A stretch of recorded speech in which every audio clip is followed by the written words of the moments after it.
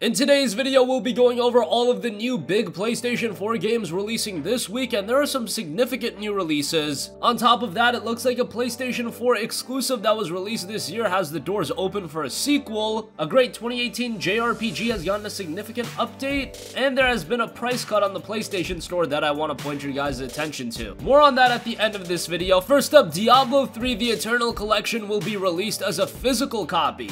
Yes, Diablo 3 the ever-addictive RPG can now be yours in its complete form as well as physically. The Eternal Collection has been available on the digital side of things, but now you can get the entire package at your local brick-and-mortar store.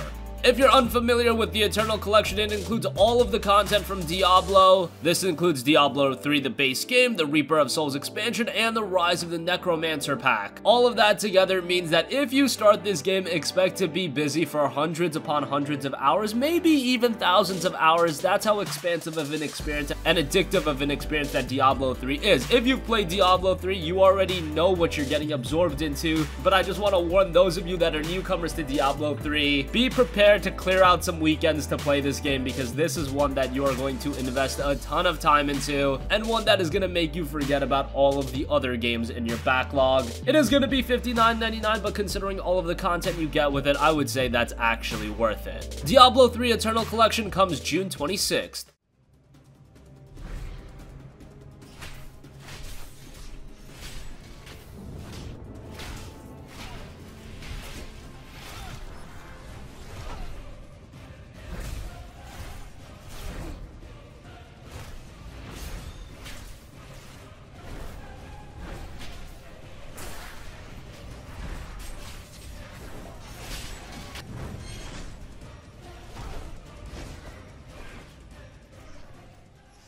Next up, Far Cry 3 Classic Edition is having its standalone release. Far Cry 3 Classic Edition was already available as a download to Season Pass owners for Far Cry 5, but now if you forego on picking up Far Cry 5 in the Season Pass, you can check out Far Cry 3 Classic Edition standalone on June 26th. Now, Far Cry 3 is a great game, but the Classic Edition doesn't really do much to revamp the experience. Technically, it's not all that much better. It does run at a higher resolution, of course, but as far as the best remasters release, this doesn't rank among the best of them as far as quality of the remaster goes, but the quality of the game is obviously there, and it's Far Cry 3. There's a reason why this game was so well received when it released back in 2012. We're in.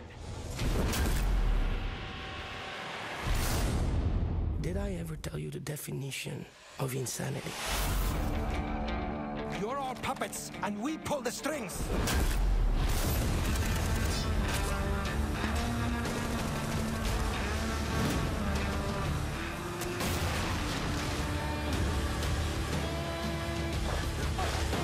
A brave joke in the face of death.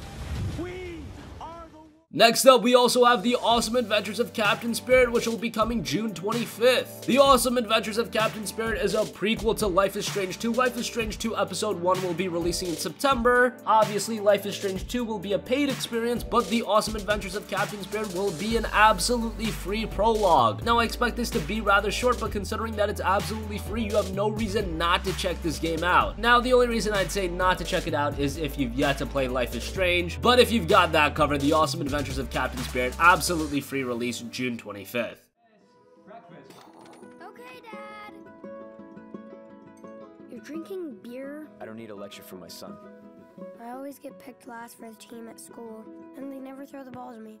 They can't tell stories like you can they? No way. Start the launch. Too late! Emergency!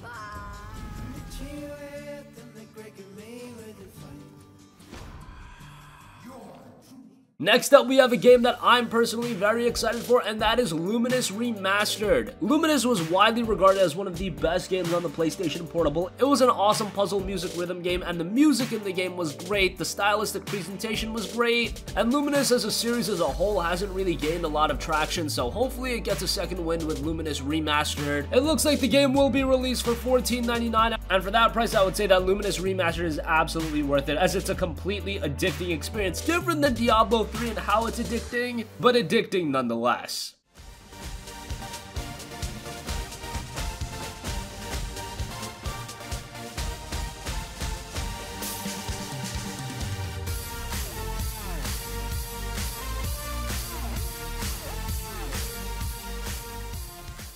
And finally, we have a brand new and major game from Ubisoft in The Crew 2. Yes, 2014's ambitious The Crew is getting a follow-up with The Crew 2, and it seems like not a lot of people are talking about it, and that's kind of unfortunate because it does look like Ubisoft is sinking a lot of resources into the development of The Crew 2. The Crew was already a very ambitious game, so this sequel is building upon that experience greatly. This time around, there will be multiple different vehicle types for you to use. You've obviously got cars, but you've got motorcycles as well, airplanes, jet skis. All of those will control differently, and once again, it'll be set in a vast open world. The first Crew didn't have an absolutely perfect launch, but you could definitely see the fundamentals there for what could be a great experience. With the Crew 2 releasing, hopefully they get it right, and we'll find out as it's set for its official launch on June 29th. Easy to pick up, but hard to master because you will learn and you will try again and you will improve all the time. So you found that the first-person view was better for you, and it's good.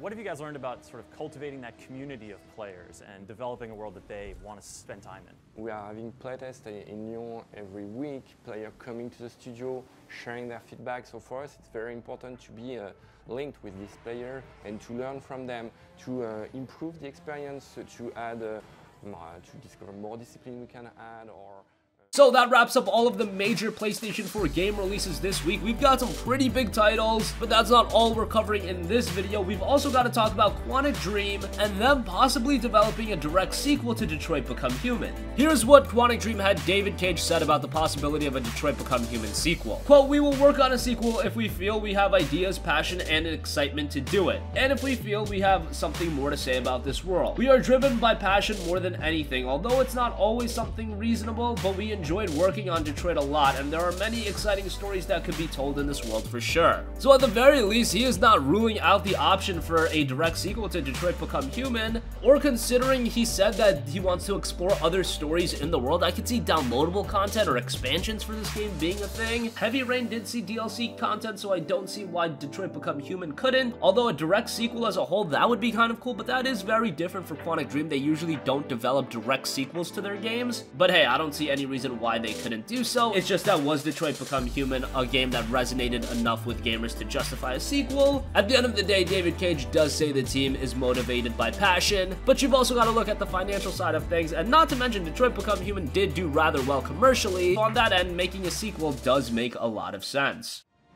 They are not machines! I could take you there. Go! See that?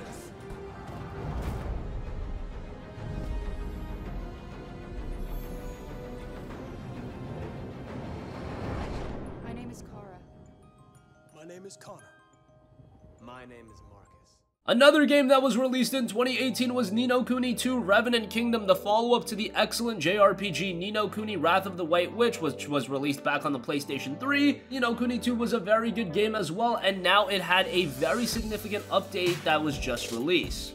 Here are all of the new updates with this patch. Improved game stability, added a shortcut for save in the main menu, added a special icon on the message that appears before the battle with tainted monsters, added region names on the map menu when zoomed out, made lock/unlock settings for users to lock/unlock the equipment when changing them at the main menu.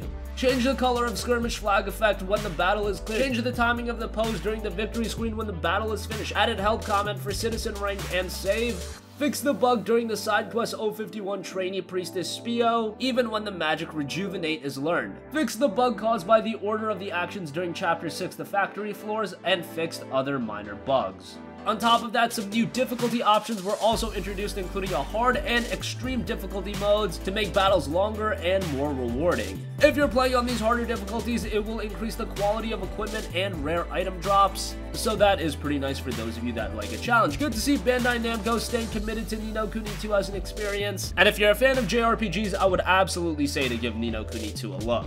And finally, I quickly want to mention that Horizon Zero Dawn's DLC, The Frozen Wilds, it has gotten a permanent price drop on the PlayStation Store down to $10. So I know the Horizon Zero Dawn Complete Edition has been on sale to $20, but a lot of you guys already owned Horizon Zero Dawn, so that was a little bit annoying. You don't want to buy a whole new game just for the expansion. and this DLC content was going for $20 as well, so that was a little weird. Now, if you do already have the Horizon Zero Dawn base game, you can just get this DLC content for just $10, so that's very nice, and hopefully down the line, during a PlayStation Store sale, we could even get this for $5. That would be great for those of us that already own Horizon Zero Dawn. So that is going to conclude this video. This week is packed with a lot of new game releases: Diablo 3 Eternal Collection, Far Cry 3 Classic Edition, The Awesome Adventures of Captain Spirit, which by the way is absolutely free, Lumines Remastered, and The Crew 2, a stacked week with a lot of diverse experiences. David Cage says that Quantic Dream is open to a Detroit Become Human sequel. Kuni 2 has gotten a significant update, so if you're playing that game or you're itching to pick it up, that is something added to the experience. And Horizon Zero Dawn's DLC, The Frozen Wilds, has gotten a price cut down to $10.